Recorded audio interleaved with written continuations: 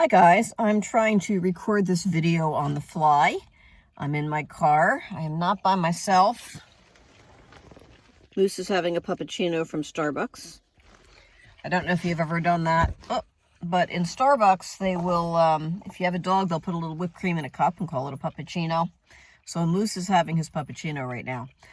I wanted to get my reviews of The Chosen up before they started season 2 on Easter Sunday. However, I had my first Pfizer vaccine and I thought it was a breeze. 2 days was fine, and then boom, I got hit with basically flu symptoms, and I was out for about 3 more days. So I'm a little bit behind. I'm going to do a short video for each of the episodes leading up to season 2, and then I'll do a season 2 review. If this is not your cup of tea, just skip past this video. I'll be having some unboxings uploaded soon as well. All right. I already reviewed episode 1 and 2. And for those that don't know, The Chosen is a sort of a Bible story based on Jesus and his apostles in the early days.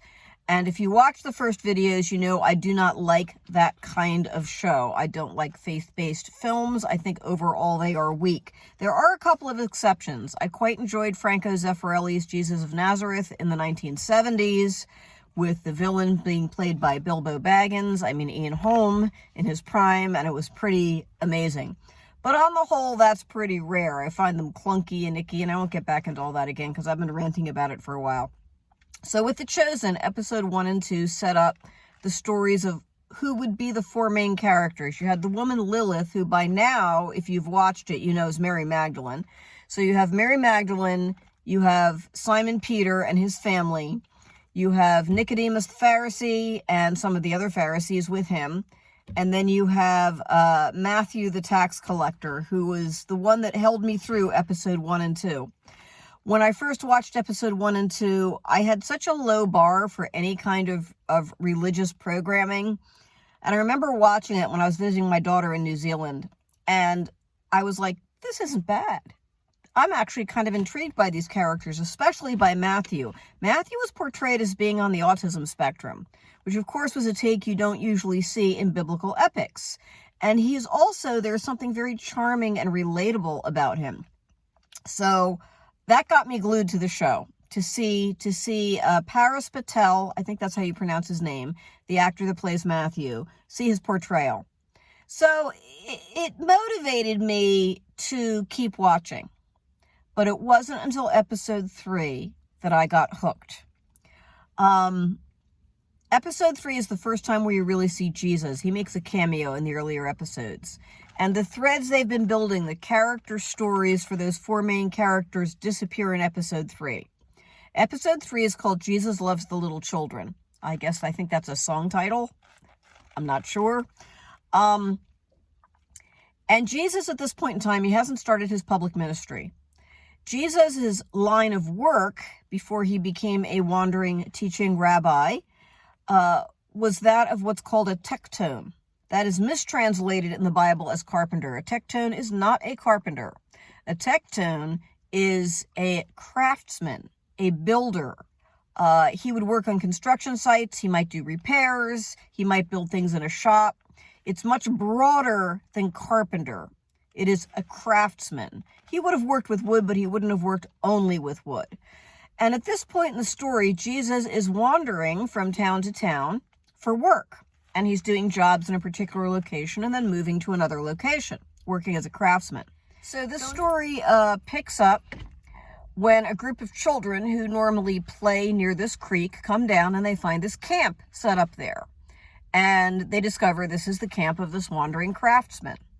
This whole episode is basically Jesus, his relationship with these little children before he becomes who he is destined to be. I gotta say about the way Jesus is portrayed in this series, Jonathan Roumie, and I may be mispronouncing his name, I apologize if I am, Roumie. He does a fantastic job with Jesus. He plays him very human. He's definitely got a sense of humor, a somewhat wry sense of humor. And that is something a lot of people may recognize. One thing that struck me about this will sound weird to people that don't subscribe to my beliefs, but I recognized him. He was playing the Jesus I know. And that may be the first time I've ever seen that in any kind of a dramatic portrayal. I was reading something that was actually written in the 1200s. And this individual was describing Jesus, who she meets in prayer, Catherine of Siena. And she was describing the same Jesus Jonathan Rime was playing, the same one that I meet in prayer. And when I talk to other Christians, very often there's just the same distinct personality we meet in prayer. That's the person Jonathan Rime was playing. I recognized him. He's got that sense of humor. He's got that little bit of pulling your chain that he does that somehow isn't mean. It's like a teasing, but not a mean teasing. So I loved it. I loved his banter with the children. The child actors were good. Especially, I'm going to call out two of them. And that would be two of the boys. One is Joshua, who is very shy. He just came across with a lot of personality. He didn't have many lines. He was a shy character, but there was something charming about the boy playing him. And there was another boy who was very concerned about being treated fairly. And he got in trouble for knocking a kid down after the kid knocked him down. And Jesus was like, so you got in trouble because you knocked someone down. What's the problem there? And he goes, it's not fair. And he's trying to tell his side of the story. And I looked and said, I know that kid. I've had that kid in classes. So the kids were overall very, very real. And that's something that's selling me about the show, is most of the characters come across as real. Now, again, I said this in the last video, I'm coming from the point of view of someone who actually believes in Jesus and follows. I've seen some reviews online of people who don't come from that perspective and are just enjoying the show as a show because they like the characters and they like the character dynamics. So far, casting has been golden on this in that the actors have a good chemistry together. And that really, it draws you into the show. It draws you into the show. So Jesus, this episode sold me on the show because it sold me on Jesus. And I just found the episode of him interacting with the little children with all their different personalities to be delightful.